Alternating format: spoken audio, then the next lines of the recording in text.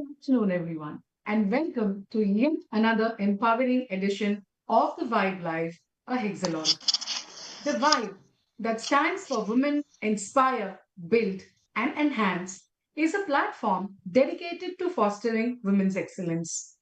It brings together women doctors from diverse specialties to share knowledge, leadership experiences, and personal journeys that inspire growth and collaboration. The fundamental pillars that form the vibe are physical well being, mental health, financial wisdom, and professional excellence. Through conferences, forums, and various other initiatives, the Vibe strives to build a strong community of women professionals who uplift one another and redefine the landscape of healthcare leadership. I'm Dr. Ritu Johari, consultant diabetologist and metabolic expert practicing in the western suburbs of Mumbai. Privileged to have a very unique, diverse background with a decade and a half spent at pharmaceutical industry, working behind the scenes of drug development, and now since half a decade on the other side of the table, practicing treating diabetes, thyroid, and obesity. Besides directing our two clinics in Kandivali and Malad, I enjoy applying my past learnings from the pharma era as a co-founder of RFET. But what brings me most pleasure in sharing is the introduction of this exclusive initiative, The Vibe, as a founder of one of its kind platform that targets fostering women excellence. With that, let me quickly introduce you to our entire team Vibe. Dr. Lotika. Yeah, hi. Good afternoon. I'm Dr. Lotika Purohit, diabetologist and a lifestyle medicine physician practicing in Colaba since the last 3 decades. I also am a visiting faculty at the JJ Group of Hospitals and the Grant Government Medical College. I'm a partner at Sugar Doctor Medicare LLP, along with my partner, Dr. Suresh Purohit. Besides that, I'm a mother to an artist and an entrepreneur. And amongst the various things that I enjoy doing, I think what gives me most pleasure is the happiness and the glow when I see a person with diabetes, with good metabolic control. That is always something that really delights me. Now I hand over to Dr. Kavita Rane for her introduction. Hi, Namaskar, Major Dr. Ashlesha. It's a great pleasure to be with you, ma'am. I'm Dr. Kavita Rane. I have been practicing diabetes for the past 15 plus years. I'm the founder and CEO of Diabetes Total. It's my clinic at Rane Hospital in Chembur and Apollo Spectra at Deonar. And I am a visiting consultant in Lux General and Charitable Hospital in Chembur. In my hobbies, I love to paint, dance, I love music, I love sketching and abstract art. I love visiting galleries and I love to travel. I have had my own travel exhibition at Jahangir Art Gallery. And I'm excited to be here and looking forward to chat with you today. Over to Dr. Pranjali. So good afternoon, everyone. Good afternoon, Dr. Ashlesha. So I'm Dr. Pranjali Shah, Director and Chief Diabetologist at iHeal and Act Diabetes Clinic. I love treating young diabetics and help them living stronger and longer. But if you don't find me in my clinic, you will find me doing farming, hiking, spending time with my pets, in the shelter homes, and I was a state level badminton player too. So whenever I get an opportunity, you will find me on the badminton court too. Over to you, Dr. Rukia. Hello, welcome, Major Dr. Ashlesha, and uh, welcome here. I'm Tulya Surya Sheikh. I'm a diabetes, thyroid, and an obesity specialist. I'm practicing in Mulund for the last 15 plus years. And I like to do, besides treating my patients who give them a lot of smile, I really enjoy is working out. I like to play carom. And what brings me most joy are these wonderful conversations which create spark and laughter both.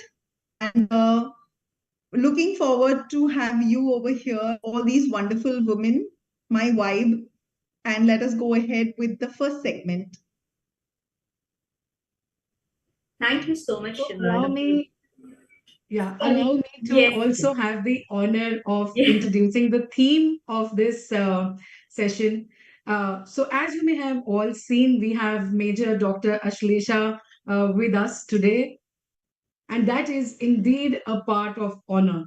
Because, we often say that women dream, but dreams are limited by the gender. And therefore, there are very few options that ultimately used to be left out for women. I think that is something that we thought about and brought this theme out, that we want to hear from her that from uniform to innovation, a women officer physician's rise in digital health leadership. If this is something that doesn't inspire us, then I'm not sure how do we define inspiration. And I'm sure this entire episode is going to leave goosebumps to each one of us, and all our beautiful audience as well. With that, warm welcome to you, Major Dr. Ashlesha. Let me just speak few words about you. Major Dr. Ashlesha has passed her MBBS with first class from the MUHS Saloni Pravra.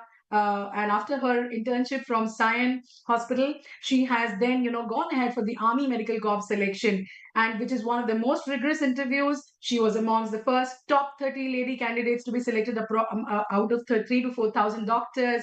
And despite of having no army background, being the only child of her parents, she took this step of getting into being commissioned as an officer in the Indian Army Medical Corps at the rank of a captain almost in 2009, way back in 2009. She has worked at several postings, field postings, especially in areas which were very sensitive, like the Nowshera, where again, it was very difficult to even survive. And of course, then she's also been at other places such as Rajouri, Poonch, and Sarankot. She has also received Special Service Medal of Rakshak and Sainya Seva Medal in the JNK AMP area for her service in this region under highly uncongenial environments. And as a part of the Army of Sadbhavna, she's also carried out local population services from border villages, especially for women who were otherwise deprived of even essential healthcare facilities. She's also received promotions to the rank of major. She was posted at naval ships, Hamla. She's looked into logistics, training base of Indian Navy as well. Then she also became a member of the very coveted Western Naval Command workup team for INS Strata and a missile battery base of Indian Navy. After completing her short service commission, then she moved on to community medicine. So again, and I would say a trailblazing step, where she completed her community medicine MD from MGM Medical College, Navi Mumbai. And of course, during all this time, due to her passion for working for the nation and people of the nation, she decided that this is something that would be, of her found interest. She's also a founder of Anandi Foundation, which is dedicated to health and education for rural communities. So with that, Major Dr. Ashlesha, I'm sorry if I may have missed out. There is so much to talk about you, but I will wait for you to speak up about those. But quicker question, how did you feel when you got our invitation to come upon the Vibe? Oh my God, this is an introduction, which is, for me, it has been an introduction to myself. And that is so kind of you. Really, I feel warm. In fact, the moment, so when I met Pranjali and we had this conversation, we immediately hit all the right notes. And when I saw the invitation, it was, it was the vibe of that, the invite itself was so warm and so inviting. I am so feeling honored, but more than that, I'm feeling fortunate to be in a company and in a circle of sisterhood and this this strong connection that I'm feeling with each one of you. I don't feel like I'm meeting each one of you for the first time and haven't met in person really. So it is something which you have built as Vibe, and the name, as the name suggests, it has that strength, it has that that strong connection between, and it comes out, and it is something I really admire and I think I cherish. So thank you so much. I'm so honored and so delighted to be here today with all of us. Thank you so much. With that, welcome you and over to Pranjali for the segment one. Thank you so much, Dr. Ritu. And so let's start with the segment one, where we'll be talking about courage. So this segment is very special because it speaks about courage. the courage to serve, the courage to adopt, and to keep showing up for people no matter where life places you. So, not every woman gets the freedom to dream. And even when she does, the choices offered are often shaped by expectations, limitations. Today, we are having you, ma'am, here, and I'm going to ask you one question. So, you began your journey as a doctor in armed forces. What inspired you to join the military as a physician? And how did the phase shape you, not just as a professional, but as a healer? Yeah, thank you so much for that question, really. And the prelude to that also means a lot, especially a girl when she wants to, when she dreams. It is not upon her to get that dream fulfilled. You need to have a strong support as a woman, and more than not just when you grow up, but right from your childhood. Armed forces is a career which you cannot really decide to take up overnight. Yeah. So it is never an overnight decision, but it is a seed sown somewhere, in your upbringing, in your growing up. So like Ritu kindly mentioned, and it was so much in detail, that introduction, I'm really, really overwhelmed. That yes, I did not have any siblings. I'm the only child of my parents coming from. So I was, I was in Parle Tirak Vidyalaya. So it is in Ville Parle, and stayed in, Warsaw and Andheri all throughout. So never really been out of an urban, setup. Really, to think of it, can a child of that kind can be pampered. But having said that, the kind of upbringing that I got through my schooling, through my parents, was something which made me, as a single child, not pampered, but more self-dependent. And that kind of feeling, or that since you are the only child, you're not overtly looked after, but rather you need to be, looking after all of us as you grow up on the, on the go. So that kind of sense of responsibility was instilled. I've seen my mom, who is working, she was an officer with the Bank of India. Yeah. And she managed her work and her life and the family, and that generation, we all know, has really paved their path, really, because that was really the transition. We all are right now really reaping the fruits of their hard work. So I have seen her. Not just that, I've seen my grandmother, who came from, from a village level, and understanding the importance of education and, for girl children. So these people who really are not from armed forces, I don't have anyone from armed forces, but you don't really have to adorn or wear or get into a uniform, yeah, to have the spirit of a soldier. So I have seen my mom fight. I have seen my grandmother, who has fought situations and come out, as a victor. So those things really get sown somewhere. And when I was told stories of, of Jhansi Ki Rani, the very values in the story, if I get to live in the age, then those values get imbibed. So that kind of environment I got while growing up, and that was somewhere when I thought I would be, and my parents always knew the kind of personality I was, and so when I decided, and of course in my medical training also, we had quite a few professors who were from armed forces, retired, etc., and their stories always inspiring. So even that really helped. So when I was completing my final year, somewhere I had that thing in mind, that I don't want to get into the rut of preparing for the CET that time, and then going into the residency right away, and then going ahead and doing this. It is the cycle, right? When I saw you for the first time, as I was telling you, you have that thing, that.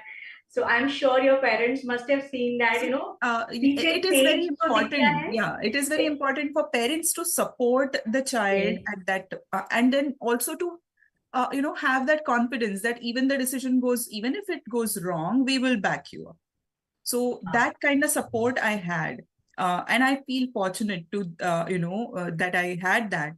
And the second phase, which was when I decided to, so for a girl, it's not just the parents. When you grow up, you also have your, partner and your in-laws who play. So again, my partner had, I had a very strong support in him, and even my, that time future family, but now my family, so my in-laws, they too had that kind of support, and that is the reason why I could actually dream of a thing and go ahead, fulfill it, and also pursue it further on. So it's always not one woman. It is so many women. My mother, my grandmother, my mother-in-law. All so there are them women who maybe support women yeah. to go ahead. And I think that is something, if you have, you are fortunate, and if you have, you should make the most of it. So I think I'm only doing justice to whatever they, are expecting of me. Excellent measure, Dr. Ashlesha. So now next question is, you have walked a remarkable path from your military medicine to community service and public health roles. So which lessons from your time in uniform, like resilience, teamwork, leadership, continues to guide you even today? In army or in uniform, every day is a lesson, really. Yeah. So I'll tell you I remember while you were talking, I actually had planned of telling something else, but this one is rather funny. So after our training, so during our training, it was in Lucknow. So we have our military, AMC school, college and school in Lucknow. So during my training, one time my parents came down to Lucknow to meet me, and also to meet our officer in charge for the course. When the family comes, they are paid a lot of respect. Obviously, family is the backbone of an officer. So my parents came, and just like a girl's father, he said, she's your daughter now, and things. It's like, no. She's not my daughter. She's gonna be, if at all, I can be a mother-in-law to her, is what my officer told. It's like, I'll give her what is right for her, but it will not be straightforward. So trust me to do that. And I remember that, and then that was a lesson. So it's not going to be something on platter for you. You have to earn your way. You have to earn the respect of the troops there. Armed forces being largely male dominant. Now we are having these transformations, reforms in armed forces, but even now it is largely male dominant. So you have to pave your path. You have to really, so that is one. And the first day when I reached my unit in Nowshera, so it was a field hospital, and it is right at the bank of a river, which is like flowing by. And it is a very, very remote area. So I reached there, and there are smaller bunkers kind of to accommodations. So this was the first time I was actually going to the field. And I went inside the room, and there was a small bathroom which was created. It is all ad hoc. It is made with asbestos sheets and everything. So I went inside, and I saw in a bucket there was a large spider, this big, right? A very large spider sitting inside that bucket. And here I am coming. So it's fine. I mean, you come from a very urban background, and so it was now upon me to either scream and run out of that room and be the butt of all the jokes of my fellow officers for rest of my life, or just, just throw that spider out, throw some water on it, and just keep quiet, take bath, and come out. So that is what I did, and I realized that I have to overcome. So you can't be not scared, or you can't be not fearing, but to overcome those fears and get the courage to is do something it. which is you have to master. Faster. Oh yes, there have been, and then thereafter there was no really getting scared of things like. So that was a spider. Then there were scorpions. Then there were snakes. There were rattlesnakes and whatnot, like monitor lizard. So I was going to just ask you the next thing. Like, you were traveling across like tribal areas, rural areas, and everywhere, all the communities.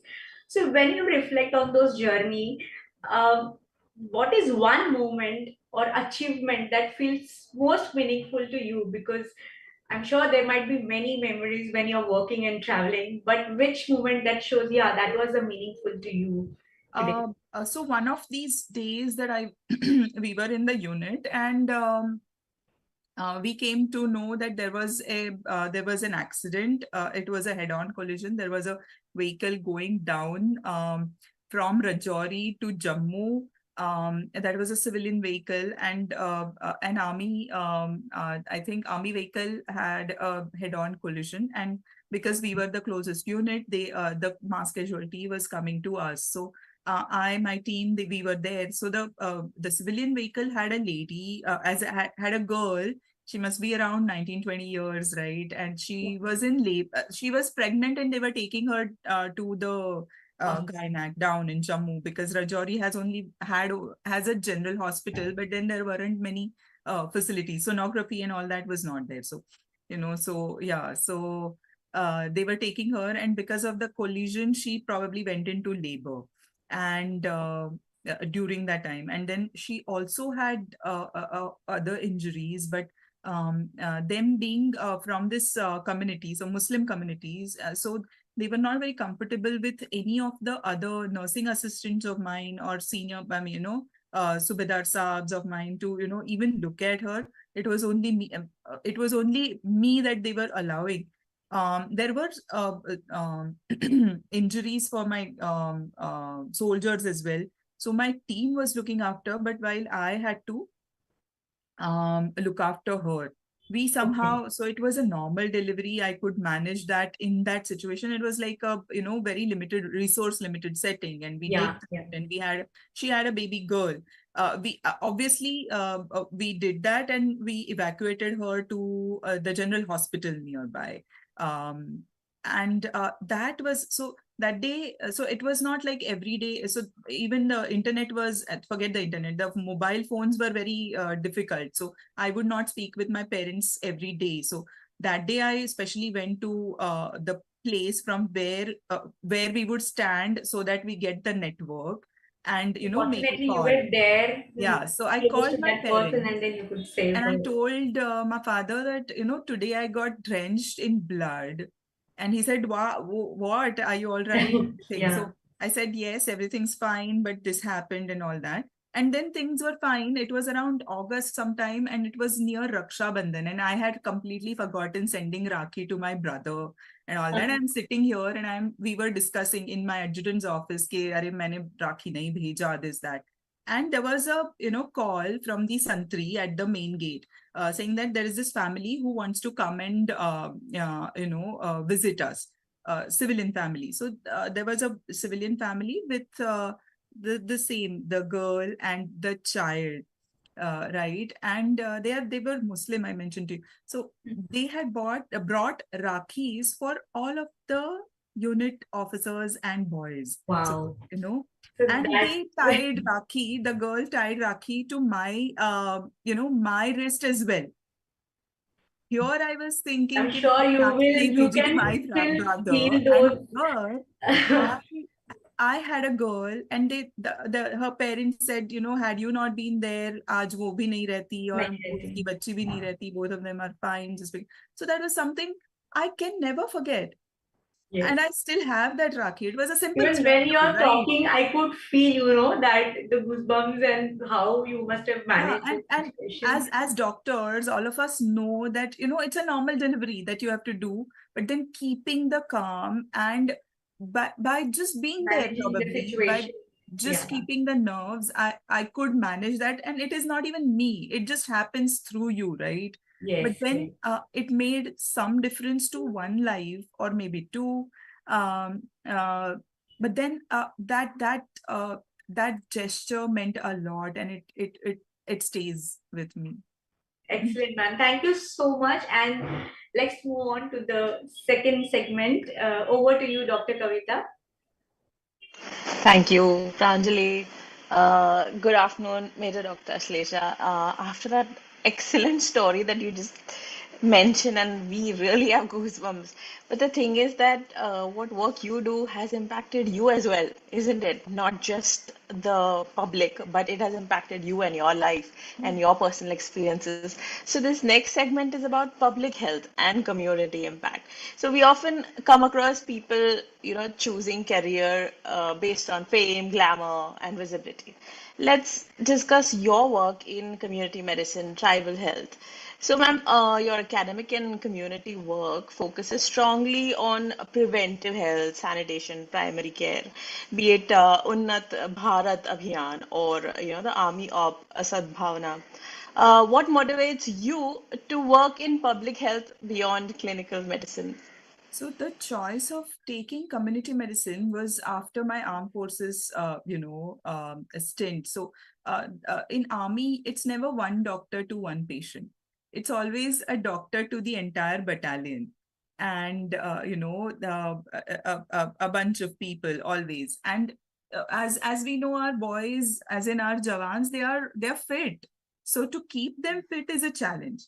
So there comes the role of prevention, right? So it's Yeah, a lot of it takes a lot. It's not just physical, but the places that you're posted, the mental yeah, health yeah. makes a lot of difference. A boy is sitting miles and thousands of miles away from his family for months together, and places like higher posts in Kashmir and even in like Siachen and everywhere, where they have nothing to look at. There is no life there. That's like a cold a desert that you're looking at, Yeah. and you have to see in one direction for several hours, sitting alone there. Hmm. The mental health is again, it takes a toll on your mental health. So all the aspects of preventive medicine really fit into the practice when in armed forces, and that is the reason why I took community medicine as my post graduation. And really speaking, I thought now that I'm not, so after my short service stint was over, I thought now I'm back back in Mumbai or in Maharashtra, and I'll be working in rural area where I can, work on some of these problems or whatever. And now there is no more war. I'm in a peace situation. But when I went to these tribal areas, hardly 30 kilometers away from a city like whatever, Navi Mumbai, I saw that there is a different kind of war going on there.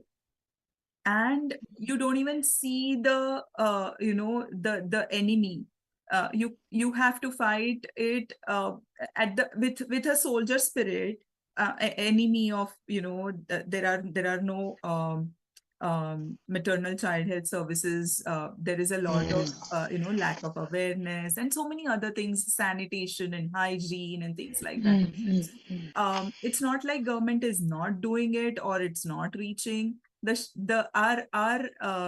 our extent, our vastness of our country, the diversity and the number is so large that as Yeah. many soldiers in community medicine you put in, you need furthermore. So there is a lot Yeah. of work that is to be done. So and it was kind of my calling, and that is the reason why I took it up. And yeah, that I'm still learning.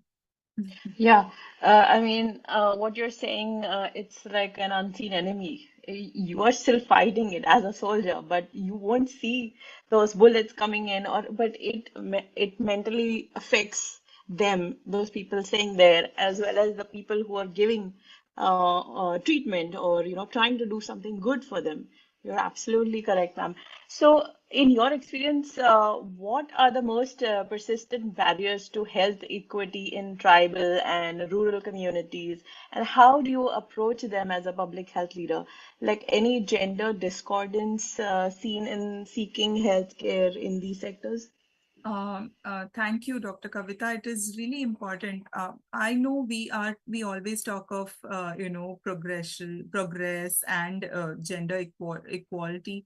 The place where we are sitting, we are talking about it, but really speaking, gender discord or gender inequality does exist, and it does affect disproportionately when it comes to these populations, marginalized population. We try and work a lot, but then it is so deep rooted in the communities that it requires much more to do at various levels. So it's not just the health or the healthcare professionals who would help and it would get solved. It's right from it's a vicious cycle. Let's say when a girl child of lesser age gets pregnant, who's already malnourished and bears a girl child at that age, Also, who was born malnourished, right? So it's a yeah, vicious yeah, cycle, and there are correct. so many ways and stages where we need to really uh, intervene if we want to. And I Yeah. don't know, there are many efforts, and so a lot of work keeps happening. But then there are multiple barriers for this. Gender is one, but then a lot is on education.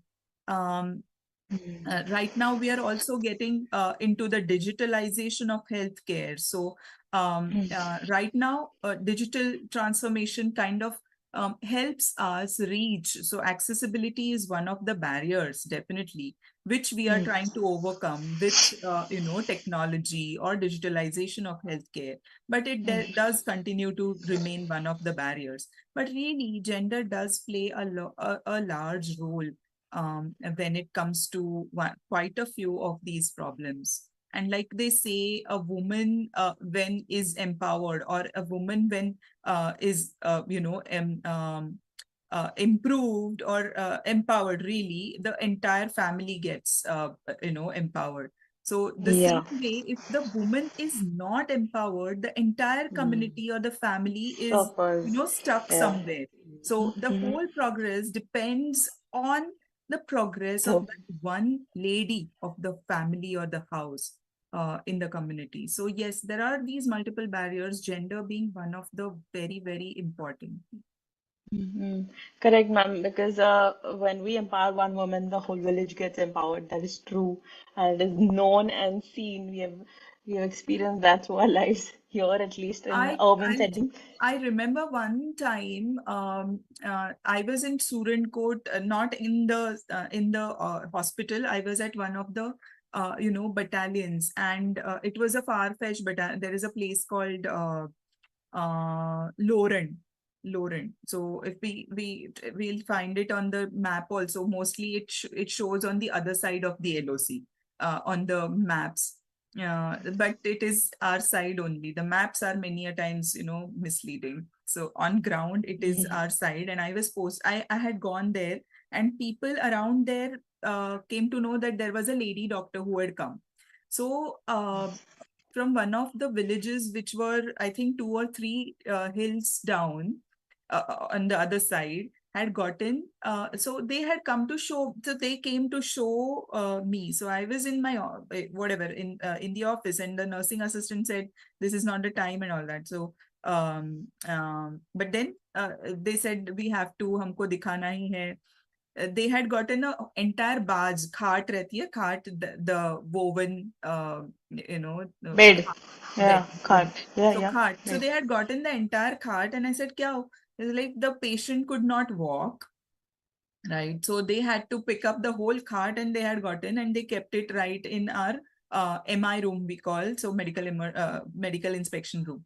And then I went, and there was a I think a 30 around year lady who had an abortion, and followed by that, I mean, it was a miscarriage, and there was lack of hygiene. She had infection all over her body, and her, this thing, she was almost,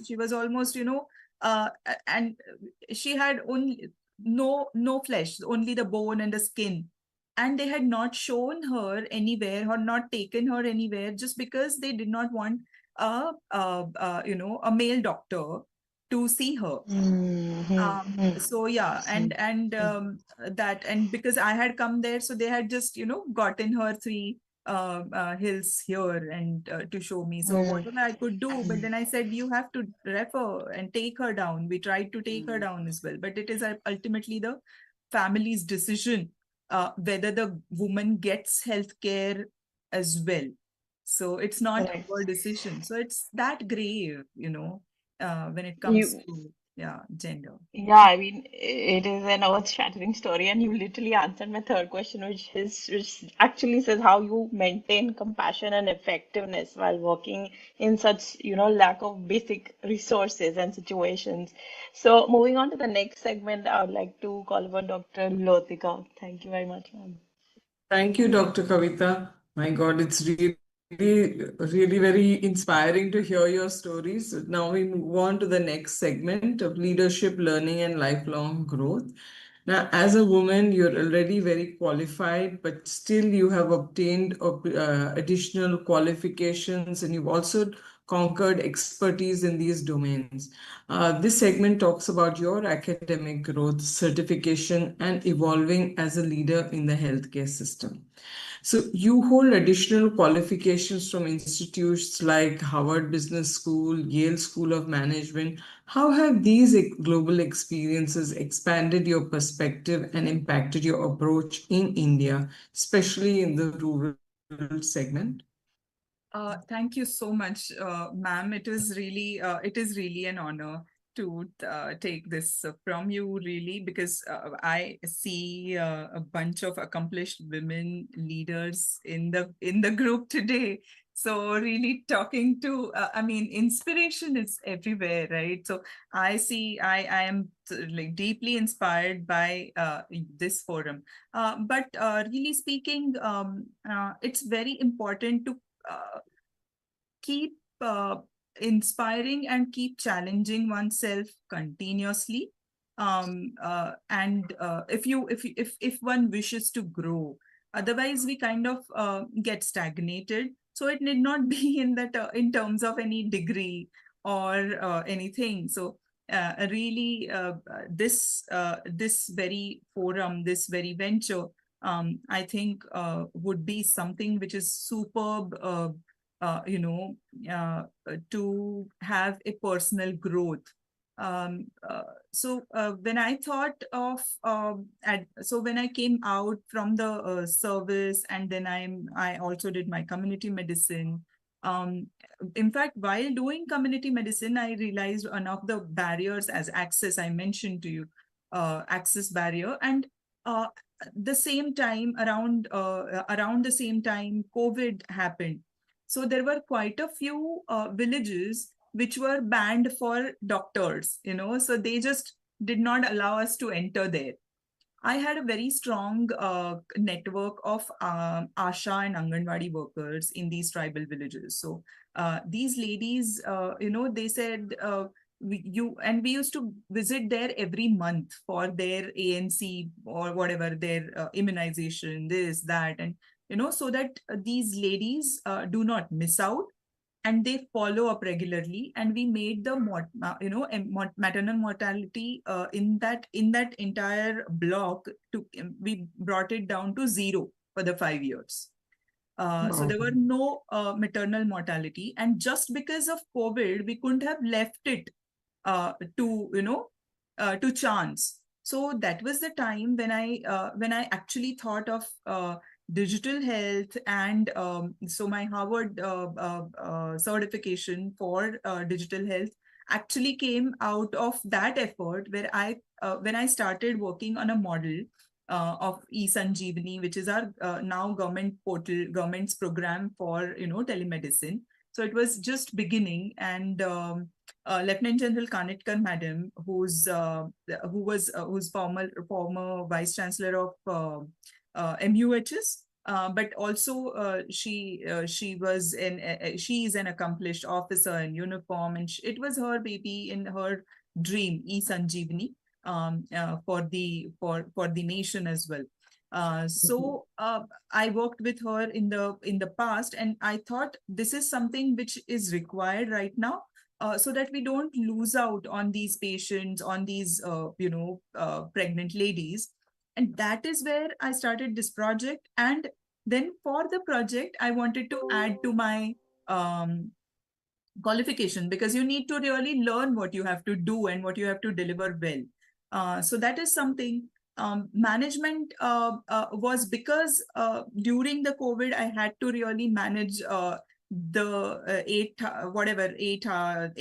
800 bedded COVID hospital as a community medicine and public health person. So when we have the need to learn, we go to the sources and we identify, and it is a way to grow yourself professionally as well as personally.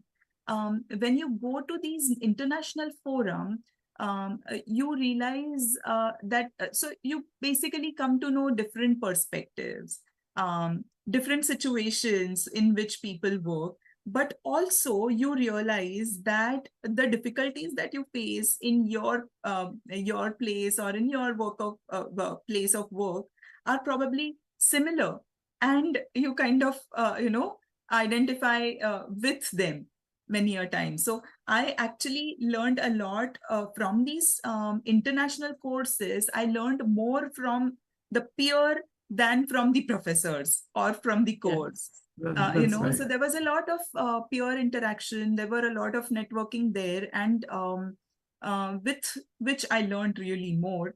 And that is something which is not very common in our kind of teaching or learning, in our country. We kind of focus on the content, we focus on the teaching and learning from the professor. But here, we actually, in the adult learning, I really learned a lot from, various people who were part of, some of the African countries, and quite a few from American, various states. They have different standards. It's finally, I think, a whole global village that works, so and pure we learn learning from is something which gives you a perspective as you grow further, and experience. Nowadays, all data is available everywhere. Yes, but that's right. What you cannot replace is the experience. That's true. That's true. So madam, coming to our next question, as now that you're an associate professor and a mentor to younger doctors and students, how do you inspire younger doctors to pursue careers in public health, community medicine, and health systems? Because I know when we were students, community medicine was one of the most boring subjects, and we would not want to, but clearly now it is, a very popular choice. And how do you keep inspiring your students to progress? Thank you, ma'am. That is again very, very important. So yes, community medicine, I know when I was learning as undergraduate, it was never taught, interestingly, and there was only one textbook, and everybody remembers the name of that one textbook. So K Park used to be the only thing from which you learn. You pass that very subject, and that's about it. Really, that kind of learning is not what not what we are looking at now. In fact, I would say the other way around to my, to my students, whoever, probably my interns or whoever comes to me asking if I, if I would recommend community medicine as their post-graduation, I tell them that don't take community medicine. If you are coming with that mindset where it is no emergency, or there is no, then like non-fixed hours and kind of relaxed life. Community medicine is all but this. You have no fixed time, you are on the go all the time, and you have no, no limit to what would be asked to you, really. Sure. So and then as a career, because ultimately career is linked to living and the quality of life. So as a career, it is one of the more adventurous one. So if you have the adventurous streak, if you have a streak for different taking a different path, go for it. It's not a really it may not give you, so it has the range of it. If you want, you will be able to sit in a place in a college and do the teaching. But if you have the heart and liking for it, you will definitely be able to follow your dreams, to come down to that, and make your own path, create your own trail with different avenues today open. And again, coming to the digitalization or digital transformation, sky is the limit for the career or the choice of career. So now I tell them that if you want a sitting kind of a lifestyle, please don't go towards community medicine, because it's extremely demanding. It's not predictable. It's very adventurous again, because you can go to a WHO, or you can go to any of these international NGOs. You can go places, and you can make a whole career out of it. So Right. yes, so it is something which it is like how we say about data. Data tells you a different story the way you cut it. So community medicine, the way you want to spin it, the way you want to take it ahead is upon you, but you need to have the heart for it and liking for it. True. Thank you so much. It is really very interesting speaking with you. Now I hand over to Dr. Ritu for the next segment. Is Ritu there? Thank you Yes. so much, Dr. Lotika. And of course, Major Dr. Ashlesha. We've been hearing, and like I said, goosebumps continue. But let me move on further. So, again, bringing up the patriarchal society that we live in, and thank you for bringing that up. I think it's very evident that women still have to fight for, dreaming, and they still have that mindset. At least the people around us still have the mindset that, there are certain limitations that this gender must face, despite of so many leaders who have proven otherwise. So with the existing patriarchal society, I think, and given the restrictions and tough challenges, balancing even the professional identity along with personal well-being, given that we are caregivers, but we keep our health at the end, the women per se, in demanding roles, as you are, is the crux of this segment. So, with that, my first question is, we talk about balance, identity, and well being. You've worn many hats: an army officer, a clinician, an educator, a community advocate, and much more.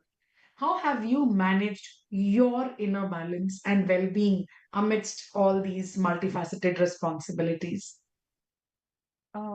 Dr. Ritu, yes, it's very important, and it is always seen that the woman takes her health for granted, and as the last priority, and that has and of course, not to mention the mother's guilt.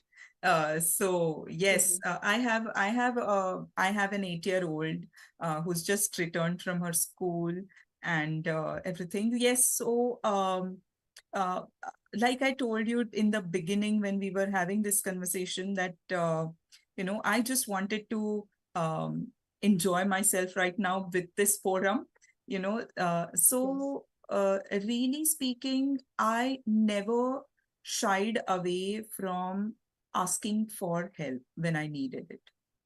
Wonderful. So many a times, what we are told is woman, a lady is Durga. A lady is, a superwoman. But Yes, have you seen Durga? How many hands does she have? absolutely. She has, Ashtabhuja. So yeah, Yes, so I don't have 8 hands. Who are those 8 hands? Those 8 hands are the helps or the right. support that I mentioned in the beginning. So those are Absolutely. those 8 hands, and I should not try and be Durga by myself. Yes, So that is something that I absolutely. really put, to my mind, that I am only 2 hands and can do only this much. But rest of that Durga is not me alone. It has to be my support system. So what we, many a times, many women try and do this, try and do everything by myself,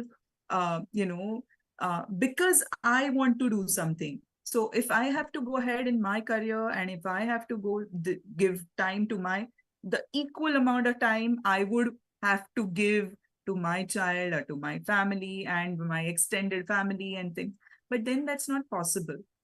Everything is Absolutely. not possible, and everything is not possible by one person in humanly capacity. So once you accept it, I don't think it is very difficult to then so basically it's not like you put limit to you, but you don't overstretch.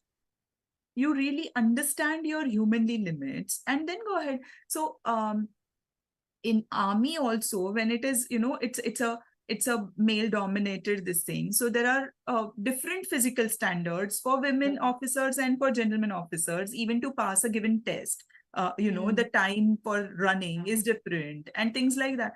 Humanly, whatever is possible for me, so I never shied away from taking help. And then prioritizing right is something. correct.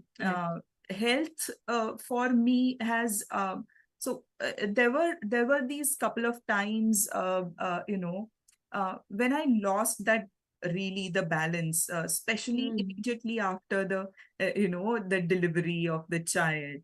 And then you really don't understand what comes first, whether the baby comes absolutely. first or the career comes first or your Correct. dream or how you look, the body, this, that, Correct. everything. Really that time, I don't know, this is my personal, what I did, I'm sharing this as an experience, not as any lesson or anything. This is what I did that time. When it is breastfeeding for my child, I did take a break completely, because given community medicine, if I'm going to, tuberculosis or Right. leprosy and this, I was not able Right. to, then I wouldn't be able to justify me being a mother. So I did Mm, take a break that time. I did complete attention to my daughter. Then on, after once that phase was done, it was again very difficult, that separation, mother's guilt, right? Leaving the absolutely. Yes, child yes. alone and going and doing your thing. But then it is also equally important, because when my daughter sees me working hard for my dream, she actually learns it. Not, yes, Dr. Latika, you're saying something. Oh, all right, sorry. Yeah, so she sees and she learns from it, and it is without us teaching her or preaching her that gender equality. So that time it was the priority for me to go ahead and start my work again, or pursue my dreams. But of Agree. course, again, when we are talking about this, we always require support, and I have always found a very strong support in my husband, Aditya. who has been there, throughout,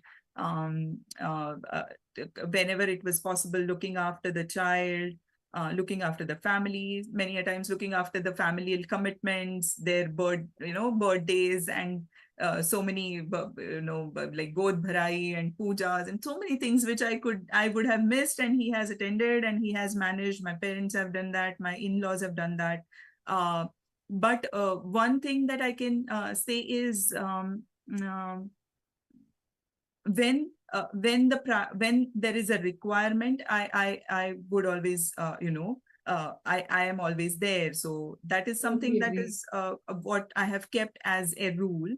But to tell you in short, I have never tried to do it all, try it all, and this thing. I'm the one who has to do it all. I think that I think is the essence I of the always whole say practice. that we should go out and have a very strong circle of support, circle of strength, where we can just go open our heart and seek help.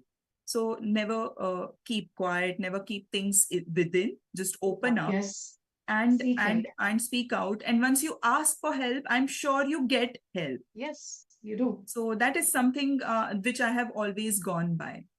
Yeah.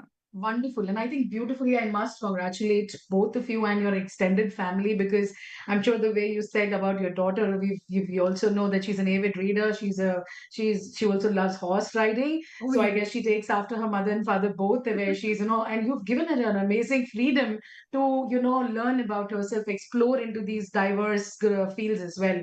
So definitely, yes, I think, like you said, I'd like to bring that analogy that we're not Durga. It's nice to feel that you're being compared with one, but do not overdo yourself and get overwhelmed. It's quite essential for us to have the balance and the peace that we have. With that, of course, yes, I will go on to my next question, which says that your areas of work, and you've already spoken quite much about it, that there've been challenging situations, as you said, the kind of conditions were congenial, non-congenial most of the times, and of course with the kind of situations also that you've done. So, of course, high stress and resource challenge were continuous environments for you. Anything in particular that helped you to keep this resilience? Maybe, what was it that kept you resilient? And what is the word of wisdom that you would want to share with aspiring women today? Yeah, so your inner strength. So many times I was asked, were you a sports person during your school? Did you learn taekwondo, or did you learn karate, or what self-defense? So really speaking, none. So it is this, the strength lies here, not here, is what I always say. So it lies in your heart and within you, and not the muscle or anything. So really speaking, it is the inner strength that makes me what I brings that resilience to me, and that again does not come overnight. It is cultivated. It is sown into the very DNA, into the very upbringing, the formative years. So when I'm telling the parents who would ask me, so which self-defense classes do I send my this thing and all, so I say it's you make your girl so strong mentally that she does not require something to come to her till she has to use a physical strength. So she needs to be really mentally that strong to take on the challenge of every day, or the coming up things. So it's the strength lies inside you, and the strength it is always there in each of the women. You need to really unlock it.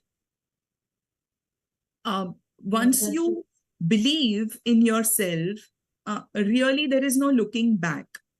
So you need to have that confidence. Whatever you want to do, you have to give your let's say 100%, if not more. I mean, you don't have to really give 110, but you give when you're convinced about your dream, when you're convinced about what you want. It is the inner strength which takes you through. It is that resilience and that confidence which only takes you, to the, sorry. Yeah. Wonderful, truly, I think, encouraging. Through your, your objective, your dream. Yeah. Wonderful. So beautifully put up. Thank you so much, Major Dr. Ashlesha. I'll pass on the baton to Dr. Rukia for the last segment. I'm sure, listening to all your stories and your journey that you have been through, it just gives me goosebumps about, the immense amount of experience that you have taken over a period of time. And, with this last segment, it just told me that balance isn't about doing everything at once or doing it perfectly. It's just about staying grounded in who you are, even when you're carrying out those responsibilities. And you have aced it perfectly, Dr. Major Ashlesha. So that brings us to our last segment, which is the future of health and your legacy that you want to keep up to. So, what future are we building? What are the systems, that will last beyond us? And what is the legacy that we are leaving consciously or otherwise? So, my first question to you would be, so when you look ahead at where healthcare in India is headed with the digital health, with telemedicine and preventive care, and even these community based approaches, what genuinely is exciting you most? Thank you, Dr. Rukia. Right now, we are in such an exciting phase of healthcare. Sometimes I wonder, is it really us, or is it because I am in right now in digital health, and is it really us, or is it just it's nothing but a hype? But really looking at it, it is a transition that we are experiencing. And it has been coming. It was in different sectors before, so like finance and everywhere there was a digital transformation. Healthcare took its sweet time because it's something to do with life, and persons, so actual persons. So it's not about only data, it's not about only numbers. So really, I feel very excited, and I feel very let's say privileged to be today working in this field, in the field of healthcare. There is so much in each one of our fields. Whatever we are doing, it is clinical practice, it is research, may it be public health or anything, even academia. Everywhere there is a huge transition coming in. This is the time that we actually learn new skill set which was not existing before. How many times in a for a day, for a given day in practice, how many times has it happened that I have learned something completely new? With artificial intelligence and digital health coming in, we actually can learn new, and we can actually take it to our next generation, make it more meaningful for our next generation of healthcare professionals. So I think this is very exciting. What we do today as healthcare professionals in digital health, in use of artificial intelligence, how responsibly we create it, how we create the practices are really going to set a benchmark. And every time, whatever we are doing, we are actually setting our benchmarks, and we are going beyond our own targets every time. This is how new the field is. So there is a lot that can be done. And right now, we're not even looking at what we are leaving as legacy, because the the field is changing by second. Every day there is new, and we can actually create new of it. So I think this, in last, let's say, last 80 years or 100 years, this has been the most exciting time for healthcare. Every day you can actually identify something new to learn and to ace and to create a legacy for. So right now, when we talk of digital and AI in healthcare, the most important thing that we need to look at today to leave a good legacy is responsibly using the artificial intelligence, and which is something which needs to be the basis of it. So ethical and responsible use of the newer tools, newer techniques, solutions which are coming in, day out. The faculty, the professionals right now who have trained in the traditional way, going forward, we need to have a legacy of ethical and responsible use of newer solutions. Absolutely. For our That's younger most generation. important about how we use the AI. Yes. So, ma'am, we are always in India, we are always complaining about our public health system because we have a very diverse population and the vastness of the country that we have.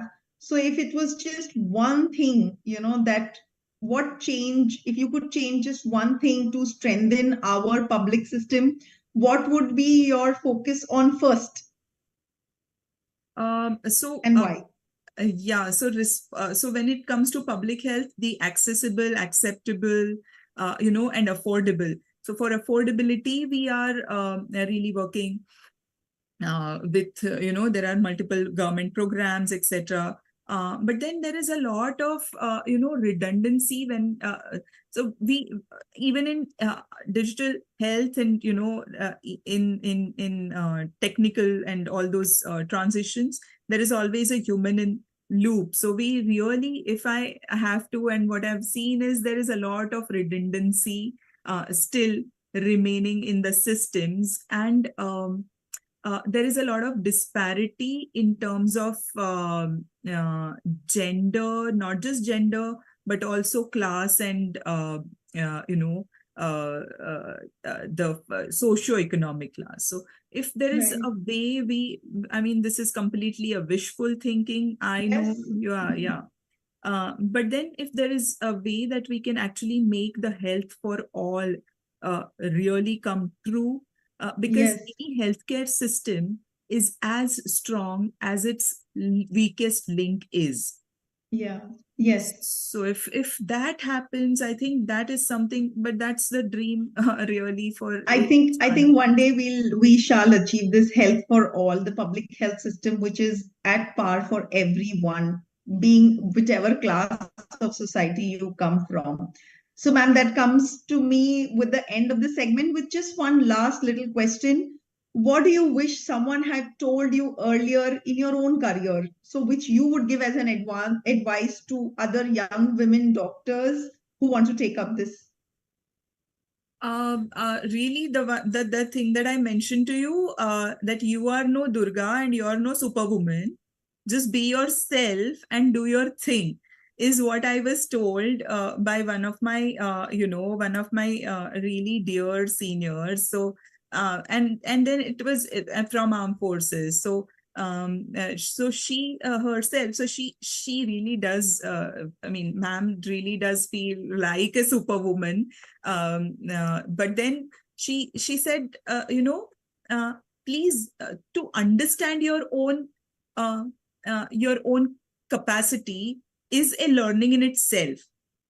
While you increase your capabilities, you also understand your capacity, and then work and then achieve. So you will achieve further. So then you go stepwise, take smaller steps, and then go for the sky. But this is how you do that. So it was something which really helped me, and that was during the time which I was really struggling personally and all that. how to reach, how to break that barrier really. So that was something I really took seriously. Yeah, and I think it really makes a lot of difference when you understand your capacity and then expand or learn, increase on your capabilities. Yeah. Ma'am, it's been so wonderful to understand, and I feel so glad that such amazing women are in position of power today and in public health too. And I just see brightness in future. And over to last segment, the most exciting segment, to Dr. Pranjali. Thank you, Dr. Rukia. Now we are changing our gears, and the questions will come straight from the heart, and you need to give answers from the spinal level. You don't need to think a lot. It should be a quick. So, my dear Dr. Ashleisha, let's start with our questions. So, first word that describes service to you. Service is a way of life. Perfect. What does resilience mean to Dr. Ashleisha? Nature or nurture? Resilience is in nature. For a woman, it is a nature. It has to be. Wow. One habit that fuels your energy. One habit that fuels my energy is never to get bogged down or keep with in the past. Wow. Your leadership mantra? Lead by example. Wow. Public health or clinical care? Your choice. Public clinical care. It's combined. but really public health, because that's something. So you can deliver clinical care in public health setting. So biggest mentor or influence, army or academia? Army, always army. Army really makes takes the blocks of your personality, then disassembles it and then assembles it into an officer really. And then once you are an officer, you're always an officer for in your heart. Yeah. Wow. So legacy, how do you want to be remembered in future? I think I want to be remembered as a compassionate human being. I think, yeah, that is that.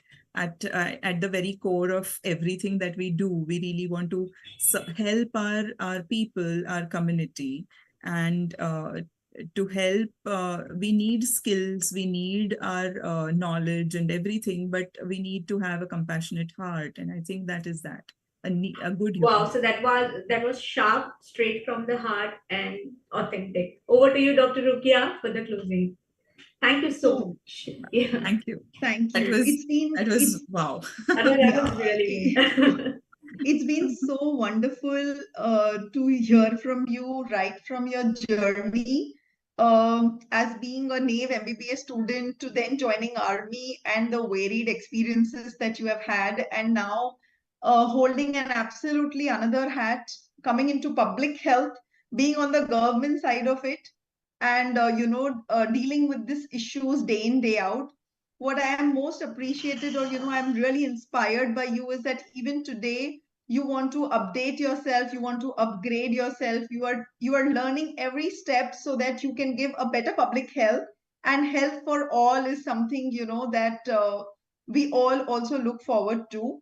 It's been really nice to have you, Major Dr. Ashleisha Tavade Kelkar, and it's been an absolute pleasure for you to accept our invitation and spending us your time here.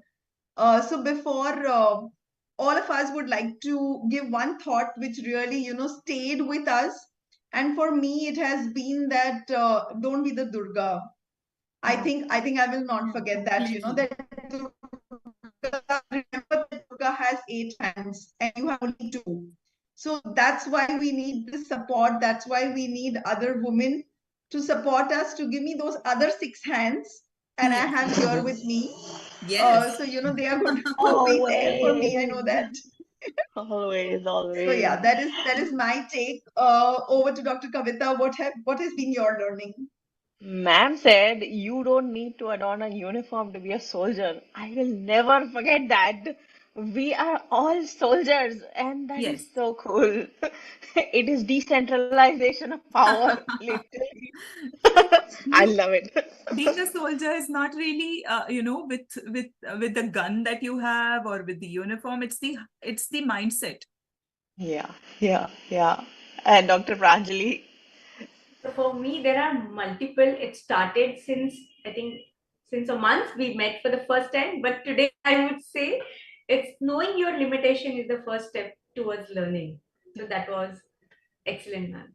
Thank you. Dr. Ritu. Again, there's a list that comes out, but for me, one, of course, handing over from Rukia. Even if you want to be the Durga, please search the rest of the hands. You need So to I have think the that is the circle of first thing strength. that I would Yes. say. And then, of course, sisterhood and work towards uplifting women prioritize. Because yes, this is a world where we want to be having the opportunities, but strive towards it. I think that is my take home. My take home is mastering, overcoming your fears. I really like that. The thing that you explained about the spider and, choosing to overcome that was really so powerful and, really impacted me. Thank you so much. It really has been so nice speaking to you and really got such great insights of, how the army life is and how life, how you are using all the learnings and other learnings and into your life to impact the lives of so many people all over the state and especially in the rural areas. Yes. so let's do the vibe. Let's do the Yes. vibe. Let's do the white Let's do picture. the vibe. Yeah. Go for the signature closure. So we just join our hands, and at the count of three, we say "Be the vibe." So we say 3, 2, 1, go. Be Be the Be the the vibe. vibe. Thank you Thank so much, you. Major Dr. Ashlesha. So It's a much pleasure and We honor hope you had having you. fun. Really We had nice. so much fun, ma'am. I had more fun. It was really going through my own experiences, and I remembered so many things. It was like amazing. It was like chatting with my besties from Yeah. school. Woohoo. It was super. Thank Bye. you. Thank you so much, Pranjali, for Thank this you. one. I really appreciate, and I really am so happy. Thank you. Thank you. Thank Thank you so Thank you. much.